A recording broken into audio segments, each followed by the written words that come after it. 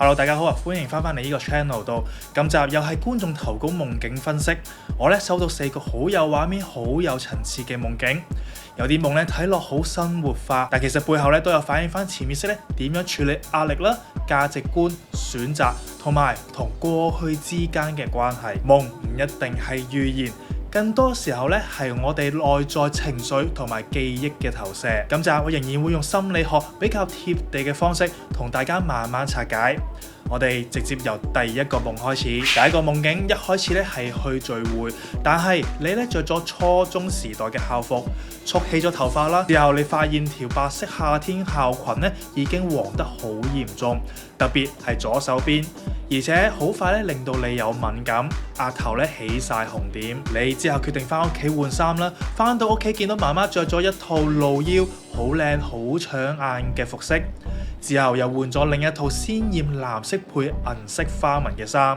你心入邊就覺得啦，媽媽中意着得開心就得啦，唔需要俾限制性思維困住。後嚟你同媽媽咧一齊搭巴士去聚會，坐喺尾部，後邊係你學奇門遁甲入邊一位女同學同埋佢老婆。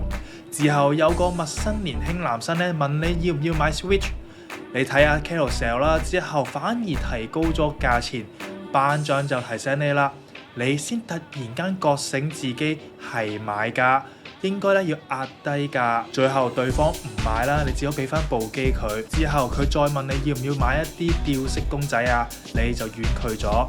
最後見到對方同女朋友落車。呢個夢其實有幾層意思。第一層，過去嘅身份同依家嘅身份嘅碰撞。初中校服代表舊時期學生身份，或者係一個已經過去但仍然留喺你記憶入邊嘅自己。校裙發黃，特別係左手邊，仲令到你敏感起紅點。呢個畫面幾明顯啦，有啲舊嘢，就算再有紀念價值，都未必再適合穿上身。你自己都喺夢入邊領悟到，呢個其實就好成熟，有啲價值咧喺回憶入邊可以保存，但如果攞翻嚟直接貼身用，可能會唔舒服，甚至會影響外觀同埋狀態。呢個其實就係心理上一個好重要嘅概念。紀念唔等於適合。跟住媽媽就出現啦，就將呢個夢咧推到另一個層次。你見到媽媽着得好靚，而且係你平時未必會聯想到嘅款式，甚至打破咗你對年紀、服裝、角色嘅限制性思維。呢段就好有意思啦，因為佢係潛意識提醒緊你，人係唔應該被年齡、身份、習慣去框死自己。媽媽喺夢入邊着得自在、着得好睇，其實就係一種活出自我嘅象徵。你唔單止見到佢改變啦，最重要嘅係你接受到佢改變。呢一部分就好溫柔啦，因為佢反映緊你心入邊開始有一種比較寬鬆嘅視覺，唔係某個年紀就一定要着某一啲嘅款式。重點係自己着得舒服、開心。之後去到巴士同埋 Switch 啦，個夢咧就由外在嘅形象轉去價值判斷。你本來係買家，但一開始反而好似變咗賣家嘅心態，仲提高價錢。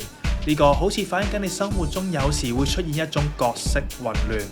你明明有需要㗎，但又會不自覺去用另一個角度去思考，令到自己咧失去主動權。Switch 可能係200蚊，但你見到價錢後又突然間提高到400蚊。呢個畫面就好似話啦，你一開始咧可能唔好肯定相信自己係值得用合理直接嘅方式去取得想要嘅嘢，反而會不自覺地抬高標準加難度。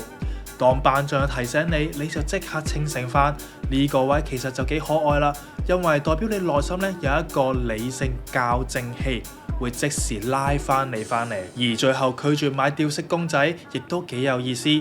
前面你對 Switch 有興趣啦，後邊對一啲細件裝飾嘅嘢就冇需要，可能象徵你依家咧唔想有更加多嘅零碎嘢，而係想分清楚咩係真正嘅重要，咩係可以放手。所以呢個夢整體可以理解成你正在學習放低一啲舊時代，接受人係可以改變，同埋重新校準自己對價值同選擇嘅判斷。第二個夢就係同前晚班朋友咧出咗去 training 啦，同埋 gathering， 然後遇到一個女強人，去到佢嘅 office， 見到咧2-3個透明硬淨嘅大方盒，入邊咧裝住好多嘅100蚊紙啦。你本來想幫手擺好或者收埋，但對方咧千叮萬囑唔可以。之後去到另一間更大、更長、更深嘅房間，開燈之後見到入邊咧仲有超過20幾個相同銀碼裝滿錢嘅大盒。原來女強人情緒有問題，開始發癲，打開部分嘅盒，拎啲錢出嚟燒。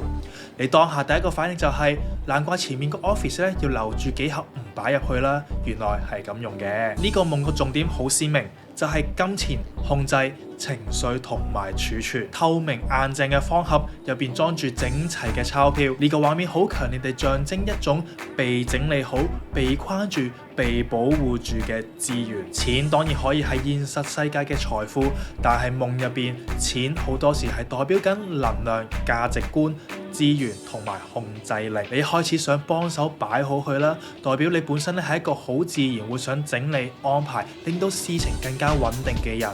但女強人千叮萬囑唔可以，呢個就好似潛意識喺度講，有啲資源未必係要被好好收藏，而係有可能係需要暫時放置、暫時觀察。後邊你見到第二間房咧，入邊有更加多嘅錢同埋盒，而且對方咧原來情緒失控，拎啲錢係燒嘅。呢個畫面其實幾有戲劇性啦，佢似乎喺度講緊外表越係強、越係整齊、越係有控制感嘅人呢，內在有時咧反而越混亂。女強人呢個角色未必係指某一個真實人物，更加多嘅係一種心理原型，成功堅強掌控一切，但同時抑壓住情緒。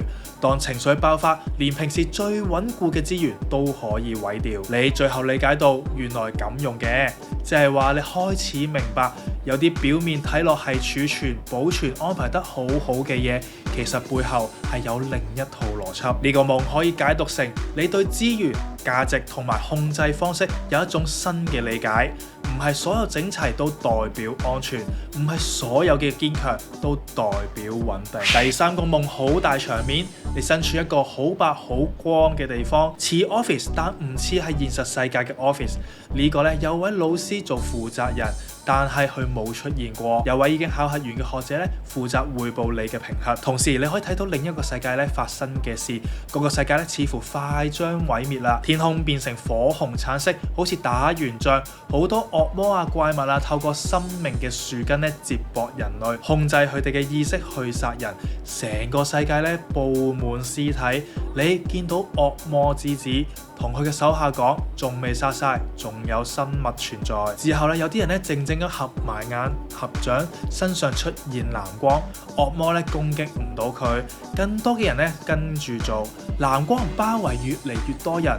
惡魔之子就好嬲啦，話係意念，然後一揮手，整個大學嘅講廳變成黑色，淨係得返藍光。部分模仿者咧因為驚而失去藍光，開始混亂。但有一個男人咧一直閉目合掌，毫不動搖，身上嘅光咧越嚟越強，黑暗同埋惡魔都埋唔到佢身。最後你翻白色嘅地方，話想落去幫人，但老師拒絕。學者咧就幫你講好說話，想俾一次機會你。呢個夢就非常有電影感，而且心理層面都好深。白色空間同埋老師咧，通常象徵一種觀察、學習、考核、內在規範。你似乎係一個準備好未、過關未嘅狀態。老師冇直接出現，可能代表權威咧未完全顯現。你仍然喺度等緊被認可，同時你見到另一個世界嘅毀滅場景，呢個可以理解成你對混亂世界、集體恐懼，甚至乎社會情緒嘅感知。火紅天空、屍體、惡魔、樹根控制意識，全部係一種人被控制、失去自主嘅象徵。樹根尤其有意思，因為樹本來係講緊生命、連結、滋養，但係夢入邊就變成控制工具，代表有啲嘢咧本來應該支持人嘅系統，反而變成束縛人嘅嘢。藍光就喺夢入邊成為最重要嘅對照。藍光可以理解成專注、意念、內在穩定或者心神守護。當人哋靜靜咁樣合掌，藍光就會出現，而且惡魔打唔入。呢個好明顯係講緊真正嘅保護未必來自外界嘅武器，而係來自內在狀態。之後惡魔之子咧就講啦，係意念，其實就已經點出核心。你如何聚焦，如何信念穩定，直接影響緊你有冇被環境吞噬。當一班人只係模仿動作，但係心神不定，藍光就散啦，代表緊如果只係形式上嘅學習，冇內在真實投入，就好難真正保護自己。呢個係一個好強嘅畫面。外在嘅世界可以好亂，但如果內在夠穩定，黑暗都接近唔到你。而你最後咧想落去幫人，老師話你未夠經驗，者咧就幫你爭取。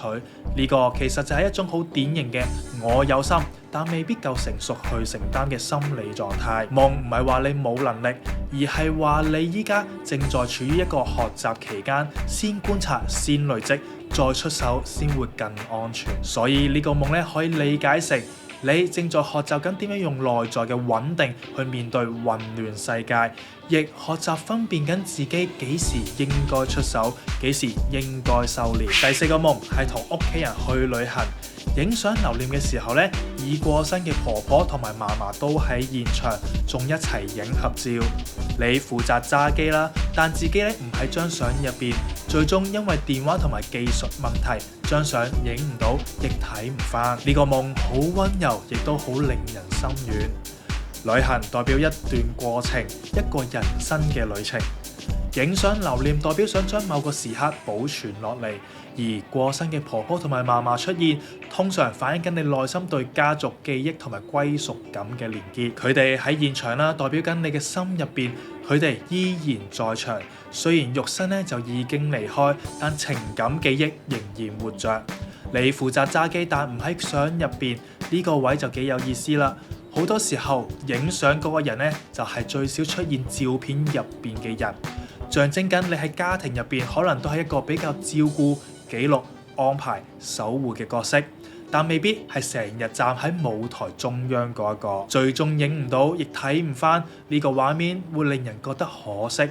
但係心理上佢未必係負面，反而佢好似喺度提醒，有啲記憶咧唔係靠影像保存，而係靠心入邊保存。有時候我哋咧好想捉實留低，證明某段關係仍然存在，但夢最後俾你嘅係失手，影唔到，睇唔返。